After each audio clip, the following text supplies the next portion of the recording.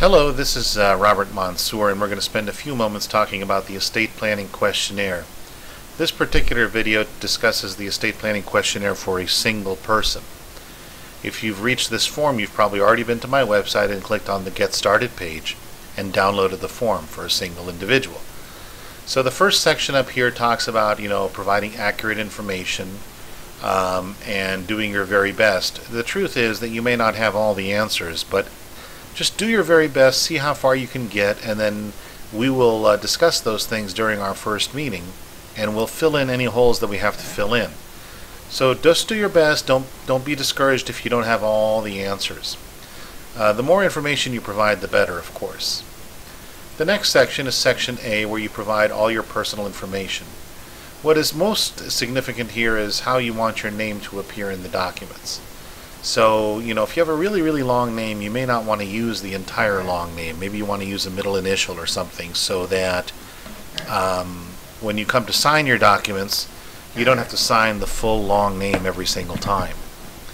Here, provide your birth date. Your social security number is not terribly important. We can leave that alone if you wish. Your full address, your home phone, and your work phone. If you have an email address that you check regularly, please indicate it here, because we might communicate with you by email sometimes, because we may not always be able to reach you by phone. And sometimes email is just more convenient. If you are widowed or divorced, please indicate so right here. There may be some implications that involve your former spouse that we need to discuss. Also, over here I want to find out if you own more than one home, and the reason for that is we're trying to figure out how many parcels of real estate we're going to have to put inside your living trust when we're done. At the very bottom of page 1, I ask if you have any pre-existing estate planning documents, and I would really want to review those before our first meeting. Sometimes clients don't understand that what your previous documents say may affect what we do in the future. Now on page 2, section B is where you'd indicate the names and addresses and dates of birth of your children. You might want to indicate if you are the natural parent or adoptive parent. And then we talk about whether or not any of your children are deceased, because there might be grandchildren of those kids that we need to consider. Whether they are in good health, disabled, and whether you wish to disinherit any of your children. And these have some bearing on what, how we word the document, whether or not the children are able to handle their own money, whether somebody else should handle it for them, etc. There is a section right here where I ask whether or not your child is receiving SSI or other government benefit. The reason for that is because sometimes if kids are receiving government benefits, they might lose those benefits if they inherit from somebody. So we want to put protective provisions in the trust document to make sure your kids are protected from losing their benefits. In some cases, your children might, or whoever is inheriting from you, might have a problem with alcoholism, trouble handling money, drug addiction, things of that nature. We want to make sure we include provisions in your trust that are designed to protect those family members. Right here, it asks you whether or not, if one of your children were to pass away, do you want that child's share to go to the grandkids? Or, for example, let's say you're going to give your estate to a sister or a brother. You have to ask yourself, what happens if that person doesn't survive one reason or another? Does it go to the next generation? So we can discuss that as well. The next section asks whether or not you want your children or whomever you're giving your estate to get distributions right away or not. Sometimes if your kids are in good shape, good health, they have good heads on their shoulders, they're old enough, you're not worried about them getting their estate or how they're going to handle it, nothing wrong with giving it to them right away. And that's not just for your kids, but anybody inheriting from you. Sometimes clients say, well, no, my kids are too young, or they're not very good at handling money, or whatever the case may be. If that is the case, then we could include, have them receive their distribution in stages. So, for example, one of the most common ways to do it is by age. And there are several different schemes and distributions that you can consider here that are quite common, but you can make your own. Up here we also ask whether stepchildren should be included in your estate plan, because we need to define what is meant by children. So if we have kids from previous marriages or grandchildren from previous marriages or whatever the case may be, we want to ask ourselves whether or not those people will be included when it comes to the definition of children. Sometimes people want to include a college incentive clause in order to encourage their children to finish college or to do some schooling. Sometimes we give them a bonus like 10% of their share or something like that. Also, if your estate were to pass to the next generation, such as grandchildren or the children of your heirs, etc., the question will be, well, should the grandchildren be subject to the same restrictions as the children? So should they be subject to the same age-based distributions or something a little bit different perhaps? And we can certainly talk about that. Here we ask if you have any stepchildren from prior relationships, if you consider them to be your own children. Even if you're divorced or you're currently single but you had stepkids from before, we want to make sure whether or not those kids are going to be included or not. If so, we probably should write them in by name. Section C talks about any other persons or entities that will inherit from you, and this is typically for other than children. So this would be, for example, 30% to my sister Katie, 25% to my synagogue, or to my church, whatever the case may be. Section D talks about other intentions regarding your estate. For example, if you have children, do you want to treat them equally? There might be a reason not to treat them equally, and we can certainly talk about that, but I'll tell you in most cases, most of my clients choose to treat the kids equally. And then at the bottom of Section D is the apocalypse section, I call it, which is basically if all of your named beneficiaries, all your children and all your grandchildren pass away, everybody that you've named doesn't exist anymore, where would you want your estate to go? And so you can consider a few options here, but you can also make up your own. Section E asks you to name the trustees of your living trust. Now first, you're going to be the trustee of your trust unless there's a compelling reason not to. But then you need to pick people called successor trustees. And these people you would list right here on page 5 in the order that you want them to serve. These people would handle everything in the name of your trust. Now, sometimes people say, well, can I choose co-trustees? And I usually discourage against that because sometimes co-trustees disagree and it's difficult to resolve those issues sometimes. So unless you really, really have to, I would stick with one person at a time. Section F asks you to pick executors for your will. Now, the executor would be the person to go to court and handle the will in case something has to go through the probate process. And in most cases, people pick the same people that they've chosen as trustee. Nothing wrong with that. Keep in mind, there's no perfect decisions in some of these situations, so you just have to do the best you can.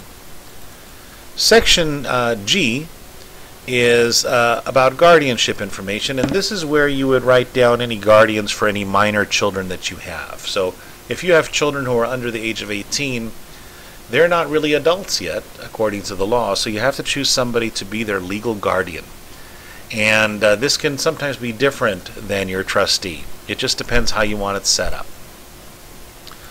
The next section is Section H. It's the Advanced Healthcare Directive section, where you would list a person called your agent to make healthcare decisions for you, to be your advocate in the event that you cannot care for yourself or if you need some help.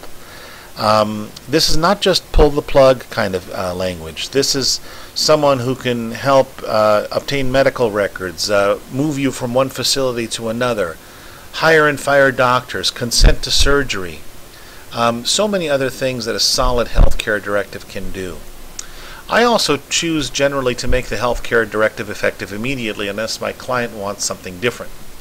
And all that really means is that sometimes you'll see a healthcare directive that says that the individual must be declared incapacitated first.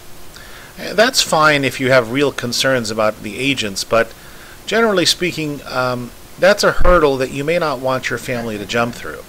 So having this document effective immediately is sometimes very helpful. We can also talk about some other things that are in the document, such as location of care language if you prefer to stay at home.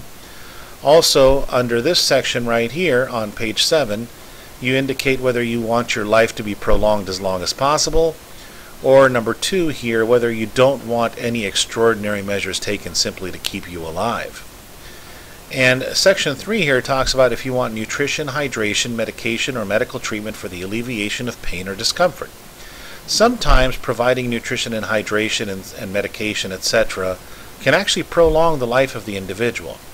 But if the main reason you're receiving it is to alleviate pain, that might be okay. Here you might want to indicate cremation, burial, any kind of post-death arrangement that you wish to indicate, or you can just leave it up to your agent under this document. Let's see here. This is page 8. Section I is called Power of Attorney. And here is where you indicate who your agent under Power of Attorney is going to be. Now this person is kind of like your trustee, but remember your trustee handles all of the issues dealing with the trust. Your agent under Power of Attorney handles basically everything else, for example, credit card companies, your employer, your lawyer, your CPA, your financial advisor. This person can handle those kinds of situations that don't necessarily involve the trust. And again, you want to pick your agents in order. I also make this document effective immediately, but once again, you want to make sure that you've chosen people that you really trust. Otherwise, we can make it effective upon declaration of incapacity by a physician. Moving on, at the bottom of page 8 are some other miscellaneous matters, such as whether you have a safe deposit box, any other legal issues I should be aware of. On page 9, I ask you to indicate what some of your most important goals for estate planning are so that I can keep them in mind when we are designing your plan during our meeting. Let's see here, under section K on page 9, this is where you would indicate your financial summary, basically, your assets. You want to list any and all real estate that you may own and its approximate value. On page 10, we list bank accounts, credit union accounts, etc. Also approximate value. The reason I ask for value is for estate tax purposes and to see whether or not we're going to have any estate tax issues we need to be concerned about. Also, we want to talk about life insurance and annuities and make sure that we have the proper designations of beneficiaries on those. Also, speaking of beneficiaries, there are other assets like IRAs, 401ks, pension plans. Those also pass by way of beneficiaries, so we want to discuss those assets as well and make sure that we're doing things right. You may have some securities like stocks or investment accounts or brokerage accounts. You want to list those here along with approximate value. And I also want to make sure that you put all of your assets in the trust when that's appropriate. If you have a business, you want to indicate your business here. Boats and automobiles, their approximate value. If you have any artwork or special collections of any kind of significant value, several thousands of dollars, you might want to indicate them here. Sometimes clients have promissory notes, which means that somebody owes them some money, and we have to discuss what's going to happen with that loan or that note if you were to pass away. We need to address that issue. Speaking of which, if anybody owes you any money, we have to talk about whether or not that loan will be forgiven or not. Here you might want to indicate if you possibly might inherit in the future, any prior kind of contracts or agreements I need to be aware of, any savings bonds, treasury bills, etc. And then on the final page, I'd like to learn more about any financial advisor you might have, a CPA, accountant, insurance agent, etc. And the reason for that is because I want to know who's in your life, who's assisting you. So sometimes I may need to work with those people to make sure that title to your assets is proper. Life insurance, for example, is made payable to your trust in some situations. That may be appropriate. So I just want to make sure that who those folks are so I can work with them if necessary. So I hope this little video helps you fill out the questionnaire, gives you some guidance as to what my thinking process is. And like I said, the more you fill out, the more productive our initial meeting is going to be. All you have to do is send this to my office in advance of our meeting so that our meeting can be as productive as possible. Again, this is Robert Mansour. Thank you for visiting my website, and I hope you found this video to be helpful. See you soon. Bye-bye.